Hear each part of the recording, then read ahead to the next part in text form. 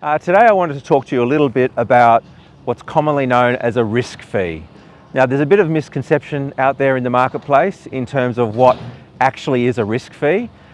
Risk fees generally apply to higher risk deals where you're speaking with a non-bank lender or a non-conforming lender, which is outside of probably what you would say is the big four or the big five now.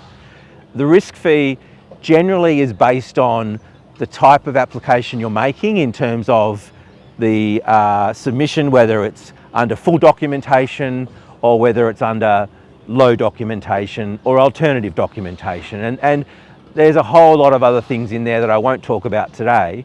But what you need to understand is if the bank is accepting lower information or less information about you as the borrower, then they will need to charge a risk fee.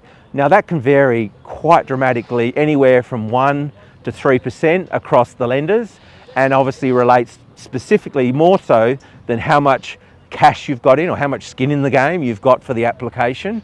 So if you're putting in more cash, lower risk fee, and that might be around 1 to 1.5%.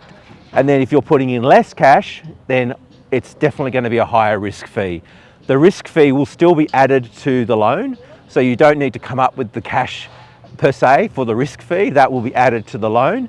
But it's unfortunately one of those things that people have to pay, but it's also to assist in still getting the transaction done.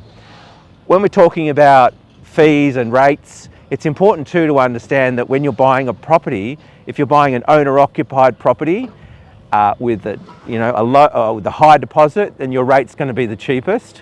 And when I say the cheapest, that's obviously what the market determines.